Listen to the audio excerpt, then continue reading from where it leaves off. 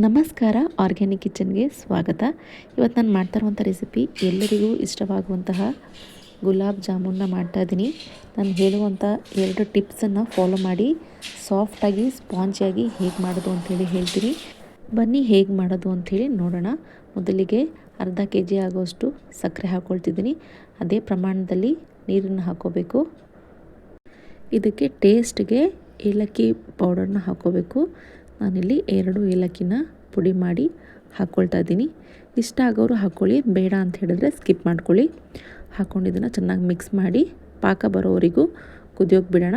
ಅವಾಗವರೆಗೂ ನಾವು ಜಾಮೂನನ್ನು ರೆಡಿ ಮಾಡ್ಕೊಂಬರೋಣ. ನಾನಿಲ್ಲಿ 175 ಗ್ರಾಮ್ ಆಗುವಷ್ಟು ಜಾಮೂನ್ ಪ್ಯಾಕೆಟ್ ತೊಗೊಂಡಿದ್ದೀನಿ. ಇದಕ್ಕೆ 1 ಸ್ಪೂನ್ ಆಗುವಷ್ಟು ಮೈದಾ ಹಾಕ್ಕೊಳ್ತಿದ್ದೀನಿ. ಇದು ಬಂದು ಮೊದಲನೇ ಟಿಪ್ಸು. 1 ಸ್ಪೂನ್ ಮೈದಾ ಹಾಕ್ಕೊಳ್ತಿದ್ದೀನಿ 1 ಪ್ಯಾಕೆಟ್ಗೆ. ಯಾಕೆ ಅಂತ ಮುಂದೆ ಹೇಳ್ತೀನಿ, ನೋಡ್ತಾ ಇರಿ. ಇದಕ್ಕೆ ನಾನು ಸ್ವಲ್ಪ ನೀರು ಹಾಕ್ಕೊಂಡು ನಿಧಾನಕ್ಕೆ ಕಲಿಸ್ಕೋಬೇಕು. ಚಪಾತಿ ಥರನೋ ಪೂರಿ ಥರನೋ ಗಟ್ಟಿಯಾಗಿ ನಾದಬಾರ್ದು, ನಿಧಾನಕ್ಕೆ ಕಲಿಸ್ಕೋಬೇಕು. ನಾನಿಲ್ಲಿ ಹಾಲಾಗಲಿ ತುಪ್ಪ ಆಗಲಿ ಏನೂ ಹಾಕ್ತಾಯಿಲ್ಲ. 1 ಸ್ಪೂನ್ ಮೈದಾ ಹಾಕಿದ್ದೀನಿ ಅಷ್ಟೇ. ಇವಾಗ ಸಾಫ್ಟಾಗಿ ಕಲಿಸ್ಕೊಳ್ಳೋಣ. ಇದಾದಮೇಲೆ ನಾನಿವಾಗ ಇಮ್ಮಿಡಿಯೇಟಾಗಿ ಉಂಡೆಗಳನ್ನ ಮಾಡ್ಕೊಳ್ತೀನಿ. ಏನು ನೆನೆಯಕ್ಕೆ ಬಿಡಬೇಕು ಅಂತ ಏನೂ ಇಲ್ಲ, ತಕ್ಷಣವೇ ಮಾಡ್ಕೋಬಹುದು. ಇವಾಗ 1 ಸ್ಪೂನ್ ತುಪ್ಪ ಹಾಕ್ಕೊಂಡು ಇದನ್ನು ಉಂಡೆಗಳನ್ನ ರೆಡಿ ಮಾಡ್ಕೊಳ್ಳೋಣ. ತುಪ್ಪ ಏನಕ್ಕೆ ಅಂತ ಹೇಳಿದ್ರೆ ಕೈ ಗಂಟಬಾರ್ದು ಅಂಥೇಳಿ ಅಷ್ಟೇ, ಬೇರೆ ಏನೂ ಇಲ್ಲ ರೀಸನು. ಇವಾಗ ನಿಧಾನಕ್ಕೆ ಇದು ಕೂಡ ಸಾಫ್ಟಾಗಿ ಉಂಡೆಗಳನ್ನ ಮಾಡಬೇಕು. ಪ್ರೆಸ್ ಮಾಡಿ ಉಂಡೆ ಮಾಡಬಾರ್ದು.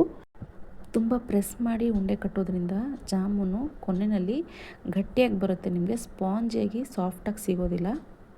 ಇವಾಗ ಎಣ್ಣೆನ ಬಿಸಿ ಮಾಡೋಕ್ಕೆ ಇಟ್ಕೊಳ್ಳೋಣ. ಎಣ್ಣೆ 1/4 ಭಾಗ ಬಿಸಿಯಾಗಲಿ ಸಾಕು. ಇವಾಗ ಲೋ ಫ್ಲೇಮ್ನಲ್ಲಿ ಇಟ್ಕೊಂಡು ಉಂಡೆಗಳನ್ನ ಎಲ್ಲ ಒಟ್ಟಿಗೆ ಹಾಕ್ಕೊಳ್ಳೋಣ. ಈ ಥರ ಲೋ ಫ್ಲೇಮ್ನಲ್ಲಿದ್ದರೆ ಉಂಡೆಗಳು ಒಡೆಯಲ್ಲ. ಜಾಸ್ತಿ ಬಿಸಿ ಆಯಿತು ಅಂದರೆ ಜಾಮೂನೆಲ್ಲ ಕಪ್ಪಗಾಗುತ್ತೆ. ಹಾಗೆ ಎಣ್ಣೆನೇ ಬಿಸಿ ಆಗದೇ ಹಾಕಿದ್ರೂ ಕೂಡ ಜಾಮೂನ್ ಪೂರ್ತಿ ಒಡೆದೋಗುತ್ತೆ. ಈ ಜಾಮೂನೆಲ್ಲ ಎಣ್ಣೆ ಮೇಲ್ಗಡೆ ತೇಲಬೇಕು, ಆವಾಗ ಫ್ರೈ ಮಾಡ್ಕೋಬೇಕು. ಇಲ್ಲಾಂದರೆ ಒಡೆಯೋ ಚಾನ್ಸಸ್ ಇರುತ್ತೆ. ನೋಡಿ, ಇವಾಗ ಎಲ್ಲ ಜಾಮೂನುಗಳು ಹೀಗೆ ಮೇಲ್ಗಡೆ ತೇಲೋ ಟೈಮ್ನಲ್ಲಿ ಈ ಥರ ಮಿಕ್ಸ್ ಮಾಡ್ಕೊಳ್ಳೋಣ. ನಾನು ನಿಮಗೆ ಮೈದಾ ಹಾಕ್ಕೊಂಡೆ ಅಂತ ಹೇಳಿದೆ ಅಲ್ವಾ, ಯಾಕೆ ಅಂತ ಇವಾಗ ಹೇಳ್ತೀನಿ ನೋಡಿ. ಜಾಮೂನು ಒಂದು ಸ್ವಲ್ಪ ಕೂಡ ಬಿರುಕು ಬೀಳೋದಿಲ್ಲ. ಹಾಗಾಗಿ 1 ಸ್ಪೂನ್ ಮೈದಾ ಹಾಕೋದ್ರಿಂದ ನಿಮಗೆ ಈ ಥರ ಒಂದು ಸ್ವಲ್ಪನೂ ಬಿರುಕು ಬೀಳ್ದೇ ನೀಟಾಗಿ ರೌಂಡ್ ಶೇಪ್ನಲ್ಲೇ ಜಾಮೂನು ಇರುತ್ತೆ. ನೋಡೋಕ್ಕೂ ಕೂಡ ಚೆನ್ನಾಗಿರುತ್ತೆ. ಈ ರೀತಿ ಎಲ್ಲ ಫ್ರೈ ಮಾಡಿ ಇವಾಗ ಇದನ್ನು ಎತ್ತಿಟ್ಕೊಳ್ಳೋಣ. 2ನೇ ಟಿಪ್ಸ್ ಬಂದು ಎಣ್ಣೆಯಲ್ಲಿ ಕರೆದಿದ್ದ ತಕ್ಷಣವೇ ಸಕ್ಕರೆ ಪಾಕದಲ್ಲಿ ಹಾಕಬಾರ್ದು. ಇದನ್ನು ಒಂದು ಟಿಶ್ಯೂ ಪೇಪರ್ ಮೇಲೆ ಹಾಕಿ ಎಣ್ಣೆ ಎಲ್ಲ ಹೀರಾದಮೇಲೆ ಸಕ್ಕರೆ ಪಾಕದಲ್ಲಿ ಹಾಕೋದ್ರಿಂದ ನಿಮಗೆ ಎಣ್ಣೆಯ ಅಂಶ ಸ್ವಲ್ಪನೂ ಕೂಡ ಸಕ್ಕರೆ ಪಾಕದಲ್ಲಿ ಬರೋದಿಲ್ಲ. ಆವಾಗ ತಿನ್ನೋಕ್ಕೂ ಕೂಡ ಚೆನ್ನಾಗಿರುತ್ತೆ.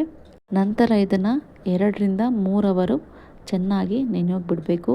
ಇದು ನೆಂದಾದಮೇಲೆ ನಿಮಗೆ ಸಾಫ್ಟಾದ ಸ್ಪಾಂಜಿಯಾದ ಗುಲಾಬ್ ಜಾಮೂನ್ ರೆಡಿಯಾಗುತ್ತೆ. ಹಾಗೆ ತಿಂತಾ ಇದ್ದರೆ ಇನ್ನೂ ತಿನ್ನಬೇಕು ಅಂಥೇಳಿ ಅನ್ನಿಸ್ತಾ ಇರುತ್ತೆ.